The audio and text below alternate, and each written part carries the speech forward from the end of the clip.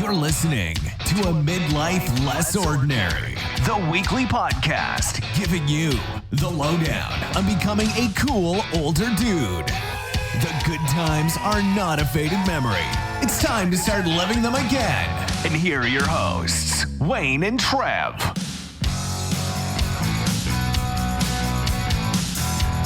Hello, welcome to A Midlife Less Ordinary, and I have Southend's answer to Kaiser Soze next to me. My name's Wayne. How you doing, Trev?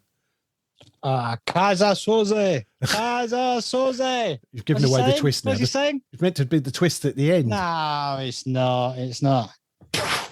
And like that, he was gone. What a fucking film that is, isn't it? Yeah, it is brilliant. But you're wrong Never section get bored again. of it. I can't even get through the intro now without having stream of the week. You called it me, so I have to react to these things. That's when Kevin Spacey weren't a bit dodgy, wasn't it? Yeah, exactly. Yeah, you could say you liked him then. Yeah, exactly. He was a pretzel man, wasn't So basically, we're saying you're Kevin man. Spacey. What, you mean like a massive Supertramp fan? Yeah, I get that. Exactly. I love a bit of Supertramp, not all of it. Well, all of it actually. Have you had a good It week? doesn't matter. Yeah, I have a shocker. Not a shocker. I had a shock. I was in a convenience store. Yes. Buying a few things, picking a few things up as you do for the weekend, you know. Anything for the weekend, sir? Yeah. A lot for the weekend, yeah. And I've walked past and I was like, Wayne's over there. Oh, here we go. Oh, I haven't seen you this week, so it isn't me, is it? What's going on? And I was like, oh, no, it's not. It's a tube of Pringles. Man. Yes. Tash, Yes. You do look like the Pringle man. Well, thanks very much. You encouraged me to grow the bloody thing, saying that I look more like Sam Elliott, and now you're saying I look like a packet of crisps. So you've basically made a complete fool of me. So what they should have like a sleeve of wines would be good, wouldn't it? A sleeve of wines. What flavours would you have? I'd be either the hot and spicy ones because I like them, or the cheese and sour cream or whatever it's called. Everyone likes them, doesn't they? Yeah, I can't help it. I don't think green's your colour though. Why? I just don't think it is. Why? What have I looked bad in green with?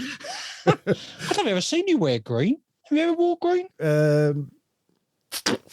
Yeah, I mean, you have. I don't know. It's not something men really talk about, is it? What you get? What colour? You always say to me, "You wearing a black t-shirt?" Yeah, I'm wearing a black t-shirt. It's all we got. Black t-shirts. No, so I'm always wearing a black t-shirt. No, take that back. Because I've got dark blue, I've got dark green, got a few different colours. God, colours of the rainbow, Trev. It's like a packet of Skittles. I'm not Jason Donovan, man. Joseph. But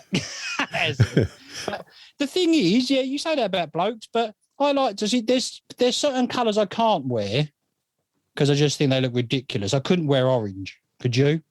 No, that does look ridiculous, yeah. And I don't like yellow. I couldn't wear bright yellow. No. Really? You look like a life boy. And I don't like kind of light greys because you can get a little bit of the old pit staining, can't you? Nothing worse, trying to be cool and then you put your arm up on something. It's a bit like wearing white jogging bottoms or grey jogging bottoms and going for a slash. And when you're older, you just can't. There's no shaking you can do that stops that. No, exactly.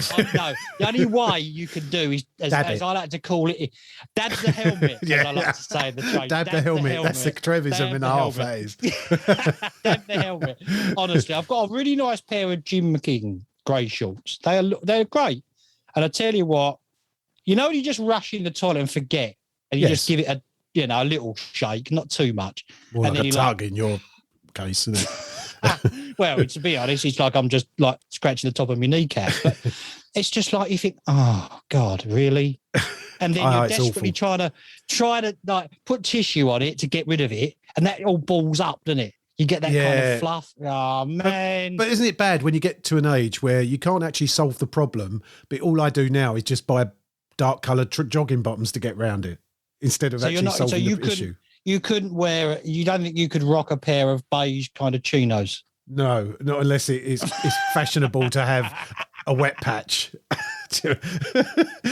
about 1 inch down on the left. I tell you what, I was talking very quickly. Talking of a story. One of our listeners, I remember going out with him one night, and we were so drunk that we walked out of where we were staying in just our trainers and our pants with a bottle of vodka and a bottle of JD in our hands. So you look like a vagrant. Walked out. honestly, man, I don't know what we were thinking of. And we were walking along this road and we were laughing so much. I actually wet myself laughing. So instead of just kind of, I actually took my pants down and turned them around, which looks even worse, doesn't it? Yes. But what did I do? About 100 yards off, I wet them again. So I had wet patches on both sides. Christ. So now you're going skins. Skins. No, I didn't. Yeah. I just walked back with like wet patches on both sides. Well, but yeah. I'll tell you what would have come in handy for that, Trev. The problem you had right there. Yes. The AMLO weekly wipe.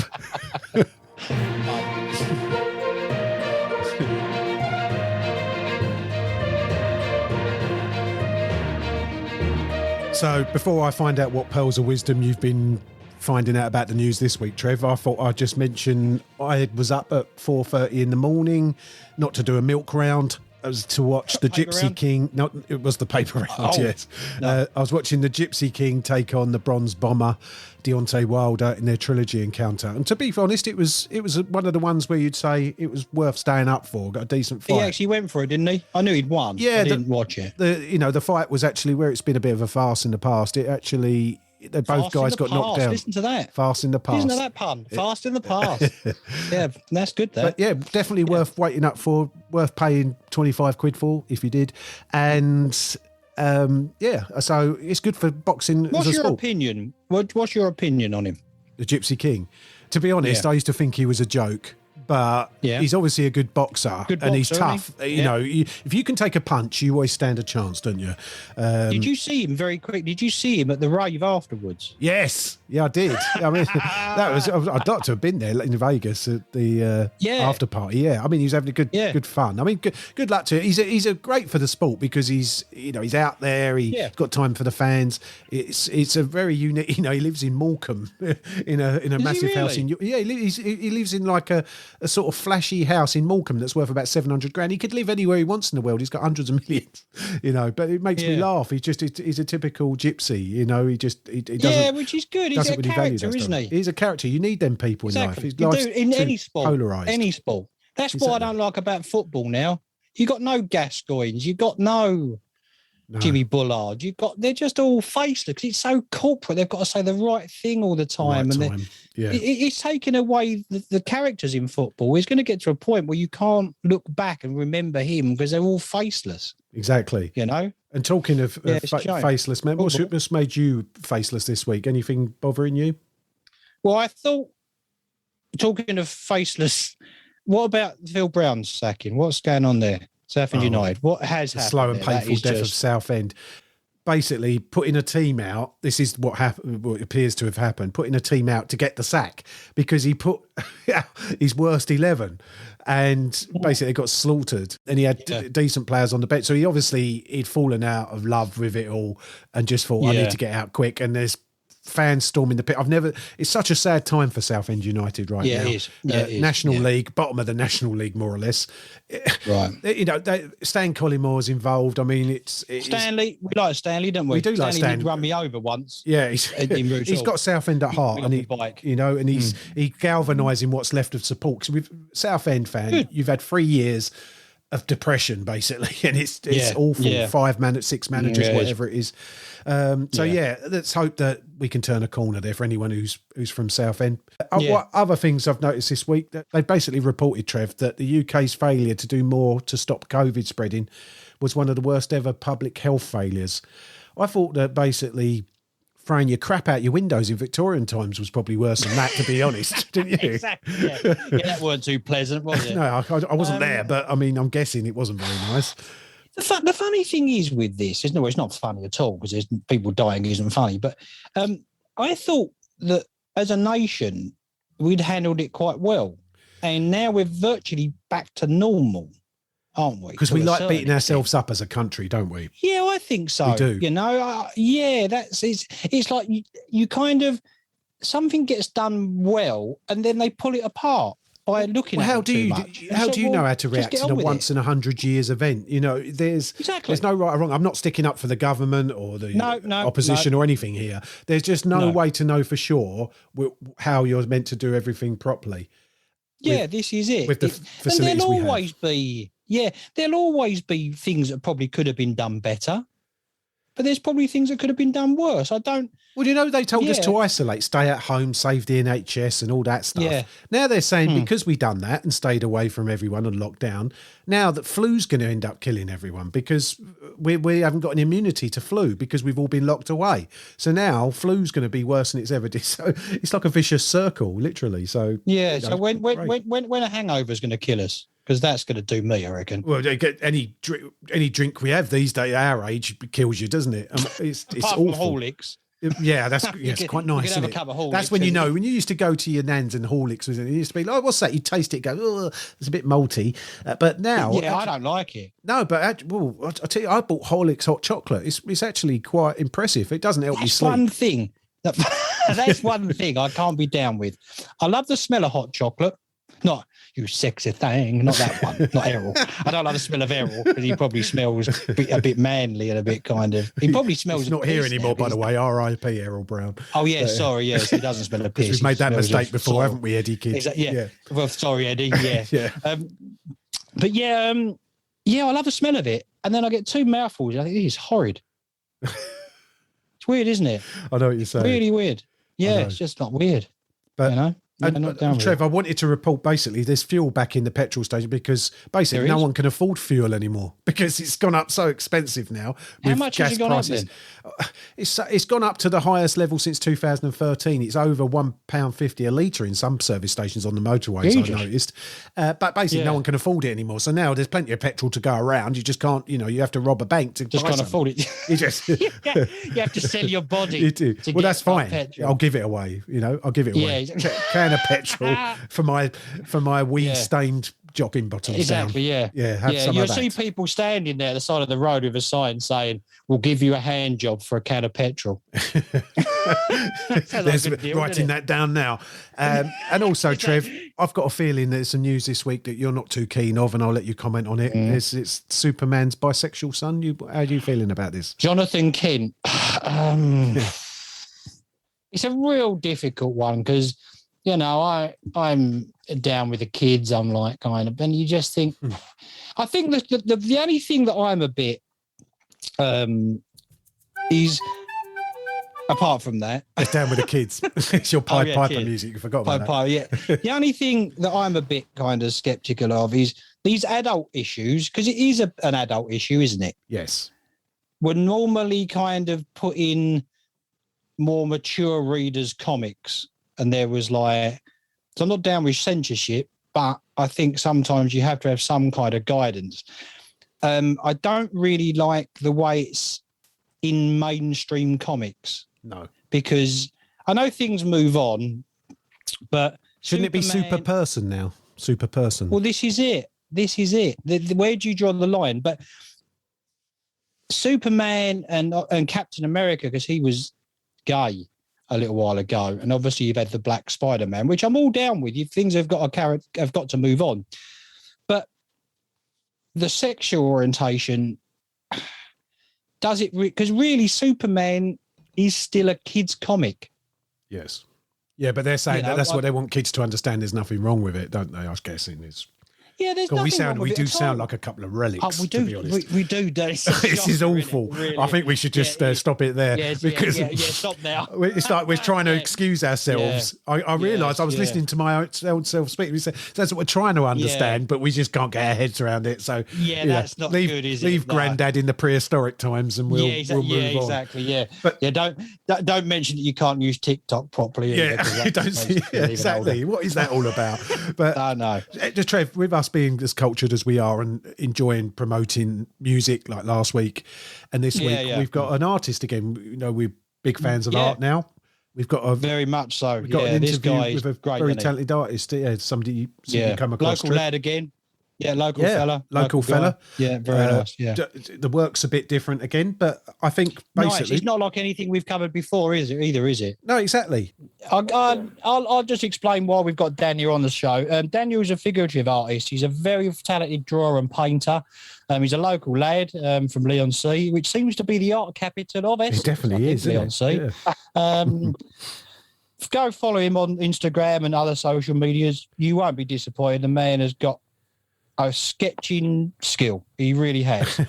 Can you kind of explain you're a figurative artist, Daniel, aren't you? Can you explain that for laymen like myself and Trev, basically?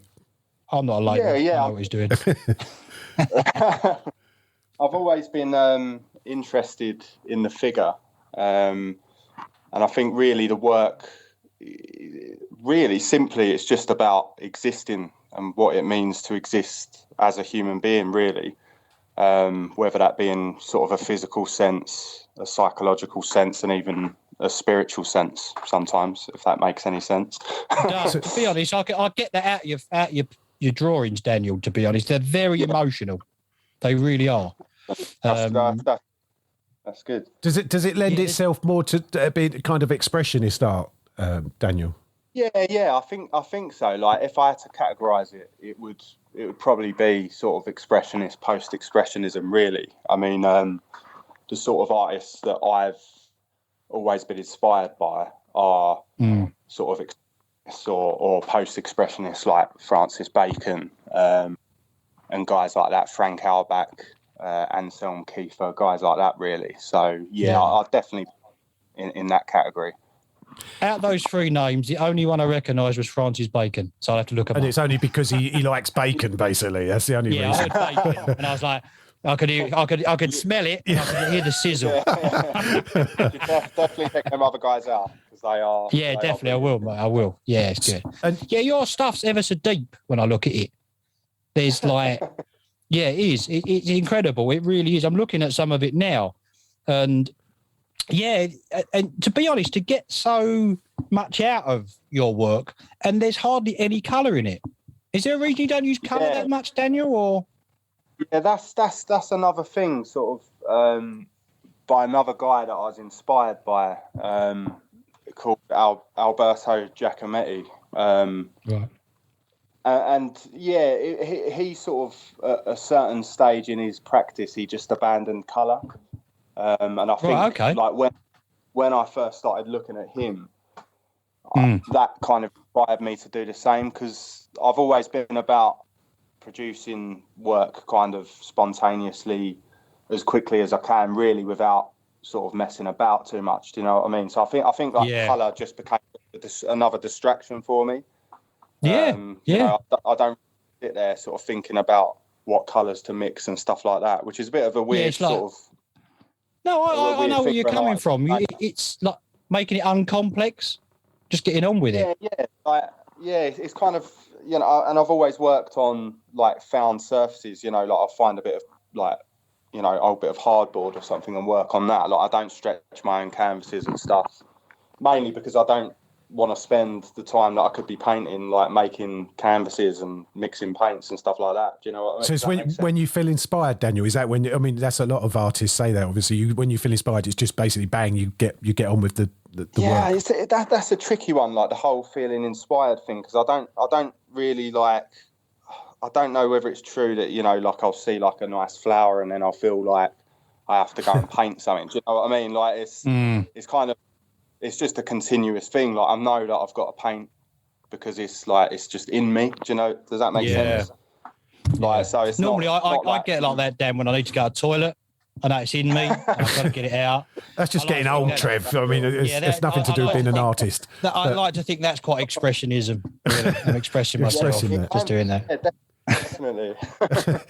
your work, I'm looking at some of your work now, Daniel, a forest, which is a bit different to your other work. You can get lost in it. I mean, obviously you can get lost in any forest, but it is one of them pictures where you look at it, it's like infinite. You can sort of stare at it and you can get lost. Yeah, I get what you're saying. Yeah. That was, to be honest, I think that was probably like at a stage where my normal practice had kind of stagnated a bit, which does seem to happen like quite a lot. You just sort of hit a barrier, and then you'll have like, I don't know, like a couple of months where you just don't feel like you're producing anything like of any worth, if you know what I mean. It's a bit like Trev and the podcast, Daniel. Don't worry about that.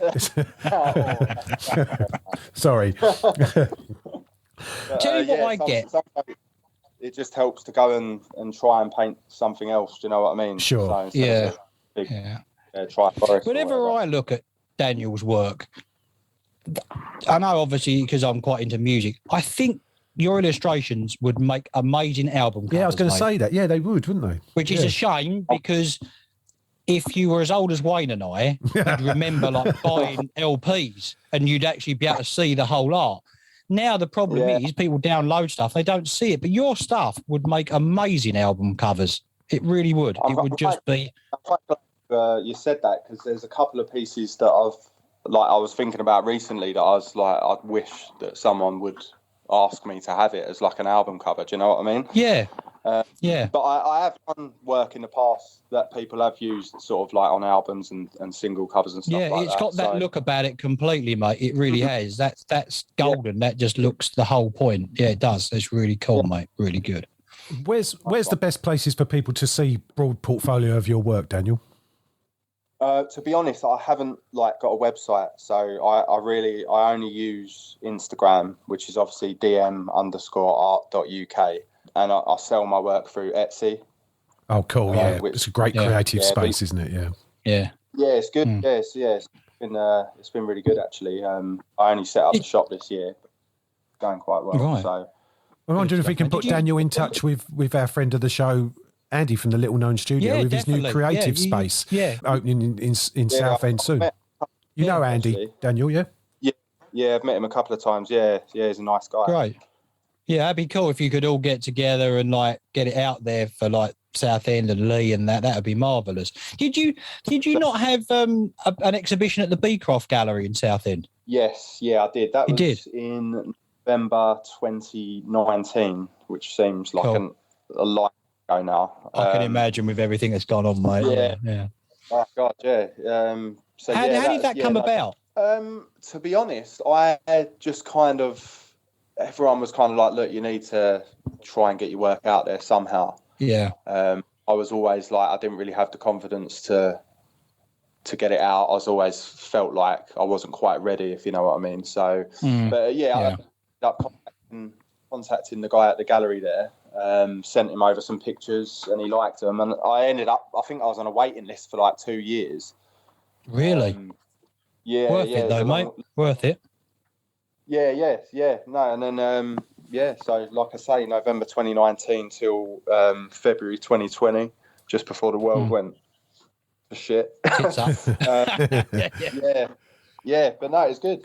It's a whole other world to being an artist, Daniel, where obviously you're an artist per se, but also you have to be a salesman as well. That's the other part of it. People like to know the stories, don't they, behind the pictures and everything? Yeah. That's the part I've never really liked is the selling of it. Do you know what I mean? Because I wouldn't want that to be the reason that I was doing it, if you know what I mean. No, of course. Yeah. It should always be for the want to do it or the need to do it.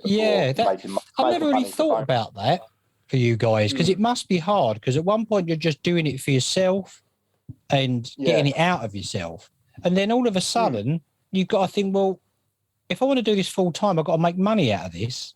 So then all of a sudden, as Wayne said, you've got to sell yourself. And if you haven't got that side, you could be the most talented artist ever. It's very difficult, isn't it? Well, that's why the art trails are good. You know, we were speaking to the Little Known Studio a few weeks ago on a live broadcast kind of thing. They were saying how important it is, the sales aspect. And when people on an art trail or something like that, they're already primed to be talking art. And I think it's a bit easier sell for you guys to get out there. You don't feel like you're pushing it, you know? No. Yeah, definitely. Yeah. I haven't got in the art trail actually, but we're trying to link you up with it. Yeah, because I think your work is a bit different, isn't it, to what we've come across before? Yeah, definitely. Somebody like Andy and his new creative space has got two places now. And he can help with that aspect of it, and he promotes. He's very good at promotion of local art. So, maybe we can do something there. That'd be great. But that would be amazing. Because to be honest, Daniel needs to get out there. We need to get people to see his art because he's just killer. He's just really, really good. And Thank again, you, that's all right, mate. That's cool. You deserve it. You deserve some coverage because I'm looking at it now, and there is some colour used in it, and that's amazing. Yeah. It's really kind of emotional. It really creates a different feel. It really does. Well, it's we're very lucky in this area. We've got so many talented people like in art and stuff. It really is. Well, a few months ago, Trevor and I knew nothing at all. I mean, now we know a few words to do with art, don't we? Yeah, exactly. Expressionist and figurative. I mean, but we feel cultured, Daniel. It's great. This is what the podcast does for us.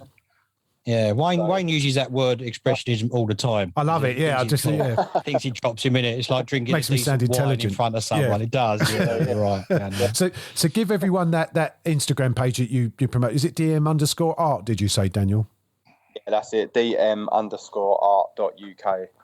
So go visit there, everyone. Have a look at his art. Yeah. And, we'll push. I'll push a few things on our Instagram for Dan. To kind of get him out there. Yeah, love it. Love him to do well. Like all the rest of the guys in this area, people have got to see stuff like this. They really have. Yeah, definitely. Yeah, thanks for joining us today, Daniel. Yeah, thank you, Daniel. It's been really great. Yeah, thanks for having me. It's brilliant. That's all right, mate. Pleasure, mate. Please go and support your local art. We're always pushing this, artists, musicians, very important. Keep these people doing what they want to do. Want it to be cultural down, in Southend and the surrounding areas. What I liked about Dan when he was talking there was he mentioned that he was really interested in figures.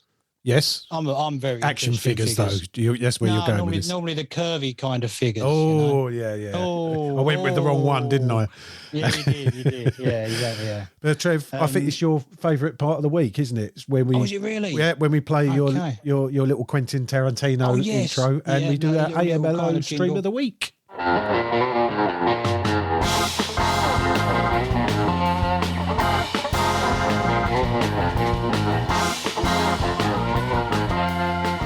Right, let's see so we can have a successful show this week. No Strictly Come Dancing, no nothing else. What are you watching this week?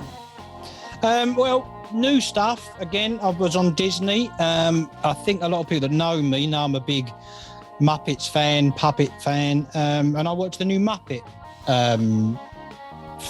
Could you call it a film? I don't know. It's only about 50 minutes long. Haunted Mansion. Okay. Again, very good. What I liked about it is the two main characters were Gonzo and the prawn that escapes my name. His name escapes me.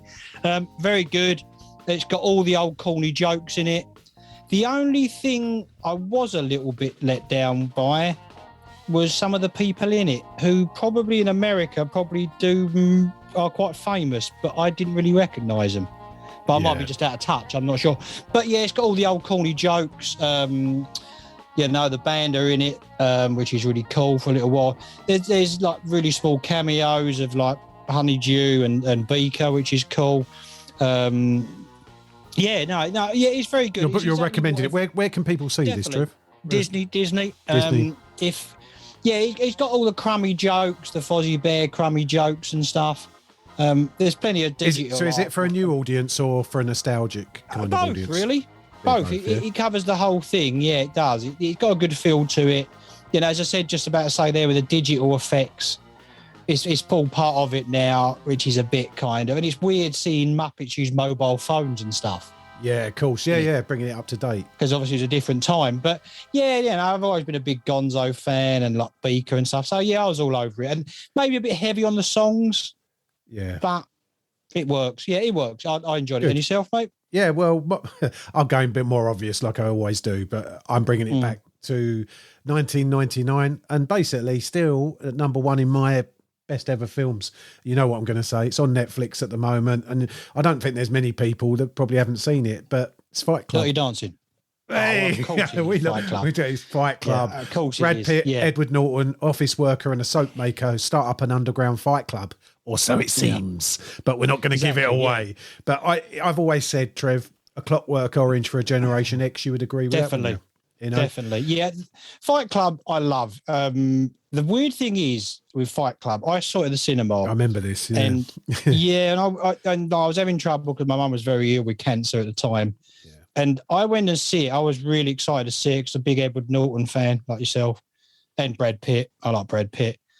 And obviously David Fincher all over it. And I watched it and I was like, and I just went in the right headspace. And it was a totally different film than I thought it would be. I thought it would be kind of a macho underground fight club, that guy. And it was just nothing like that. And I was like, no, No, I don't like that. And I thought you were just being controversial. I remember. I think you did when we spoke at work about it. Yeah, you did. I couldn't believe it. I thought, this is your thing. I knew you were going, no, it was crap. And I was thinking, no, you're just doing that jerk like we were on that work thing that time and you being awkward about German people. And I was, I did think you was being like that. But actually, it was just, and I understand it because it's got so many themes. I mean, I wrote down some things what I love about it and why it still stands the test of time and why if you haven't seen it, you should see it. And I understand, and I've tried to get over the years the young ladies that I've dated or whatever to watch it, and it's taken out for the evening. Yeah, I've taken it out. I'm trying to get them to watch Fight Club, and it's not many the female gender enjoy it as much as the males. I can see why. To be fair, it's not, but it's not a macho film about boxing as such per se. No. But I say it's got a brilliant narration from Edward Norton. It's captivating and it moves the story along really well. One of the best I've ever heard. The twist is still shocking, even if you already know it. It's fast paced, never boring. And what I love about it, it's got what I like to call, or think is called in the industry, foreshadowing. So basically, once you know about the twist, you can go back and watch it and think, Christ, I saw that, but didn't really take it in. Yeah, exactly. Very clever.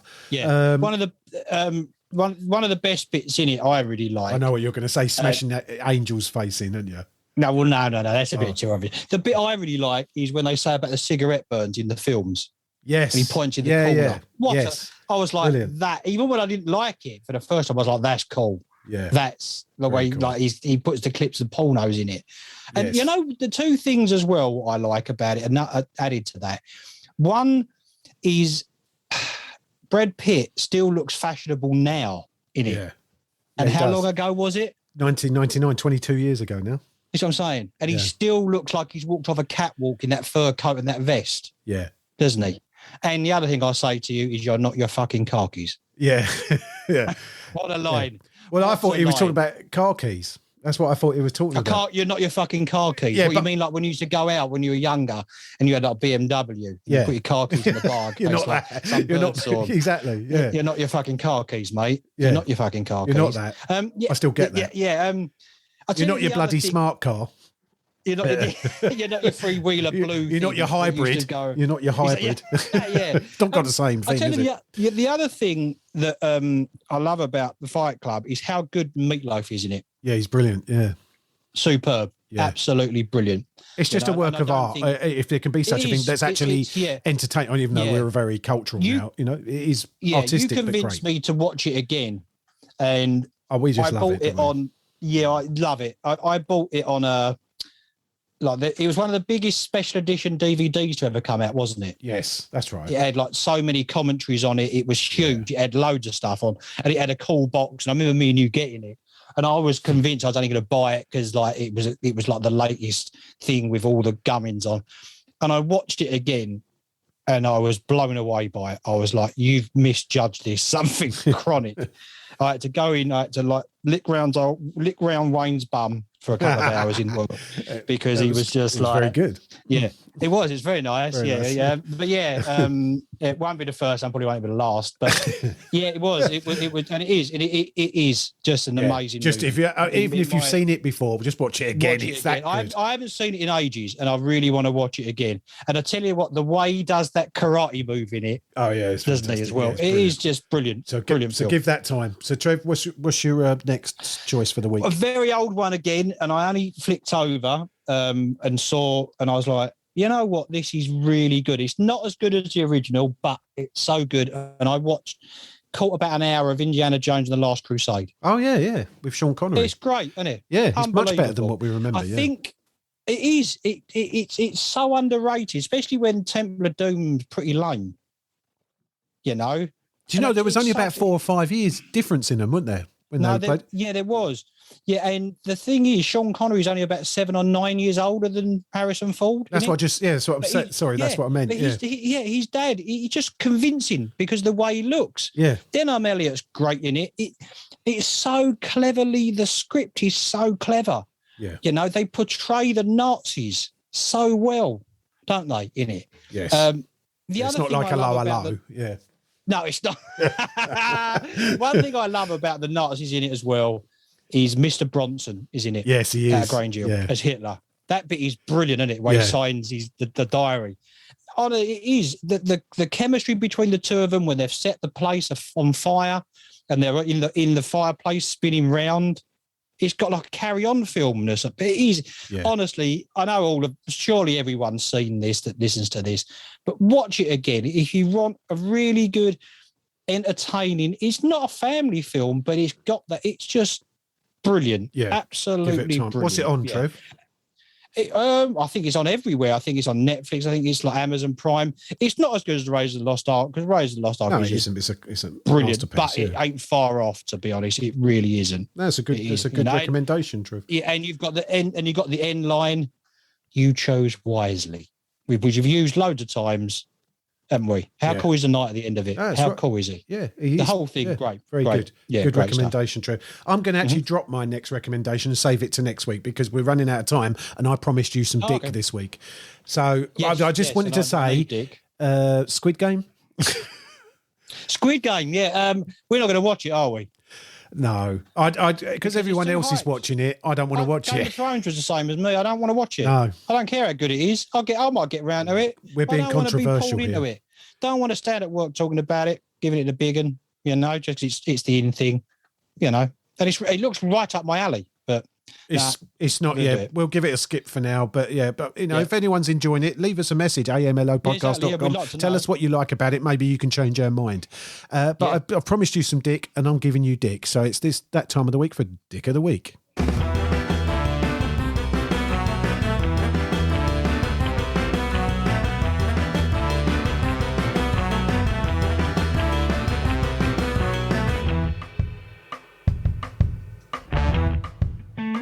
Now, for this week's Dick of the Week, picked one that's a bit more obscure to a lot of younger people. It died in actually 1983, and that's Dick Emery. What do you remember about Dick Emery, Trev?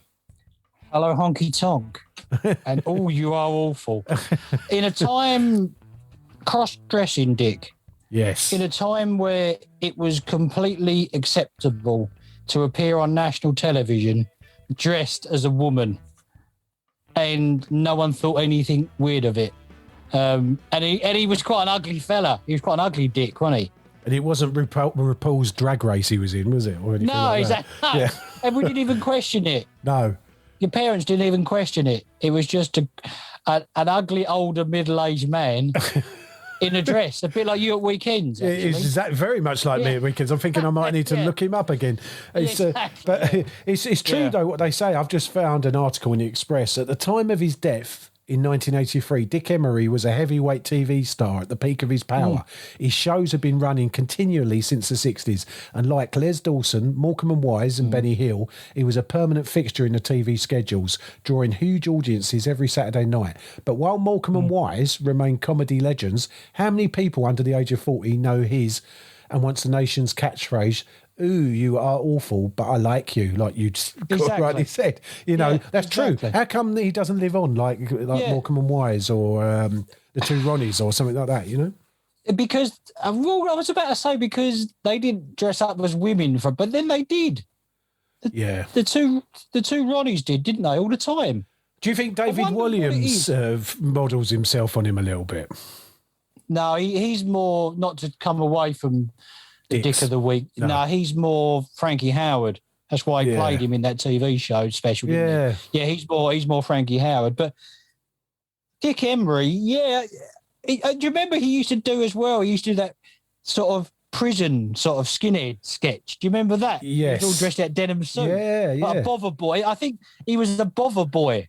You don't hear that term anymore, do you? No, that's right. Yeah, he's pioneered a lot of ideas. Yeah. I think he was one of the first comedians to develop a stable of regular characters, is basically it, wasn't it? Yes, he did, yeah. Which later lots would take on.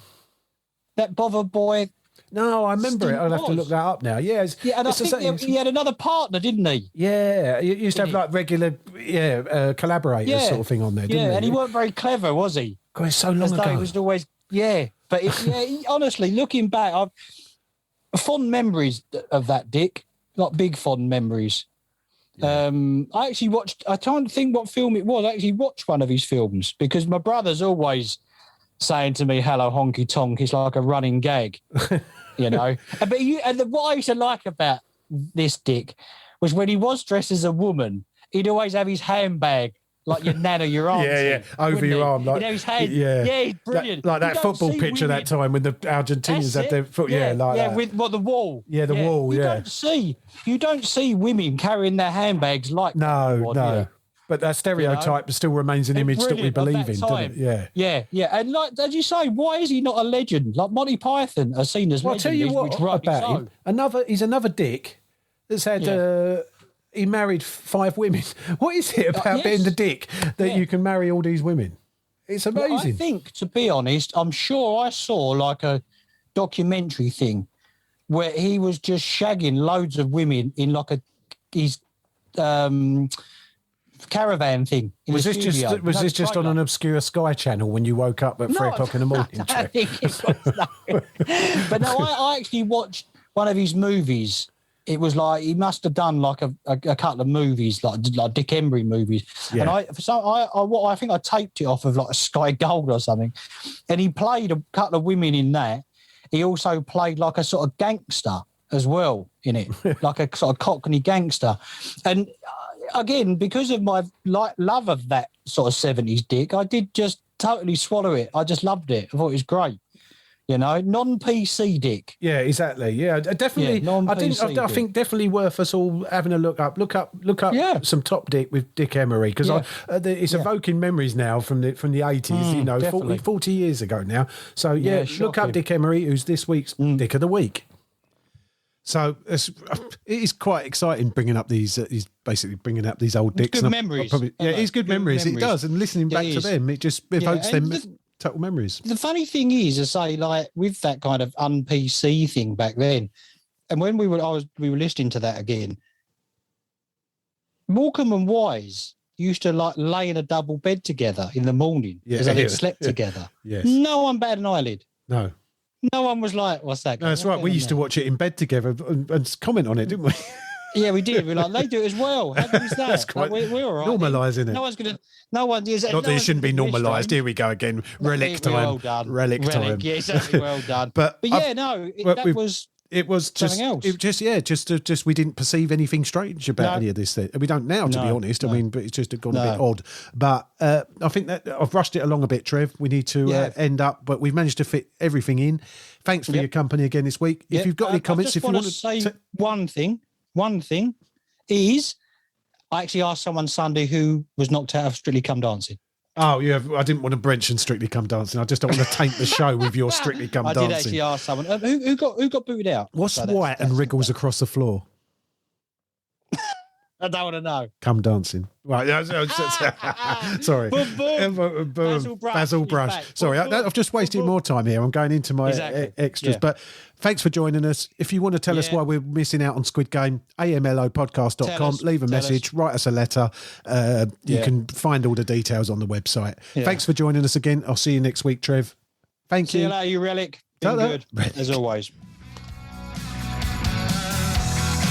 Thanks for listening. If you enjoyed this episode and you'd like to help support the podcast, please leave a rating and review and visit our website at www.amlopodcast.com to check out all the links and resources in the show notes. Start living them good times. See you next time.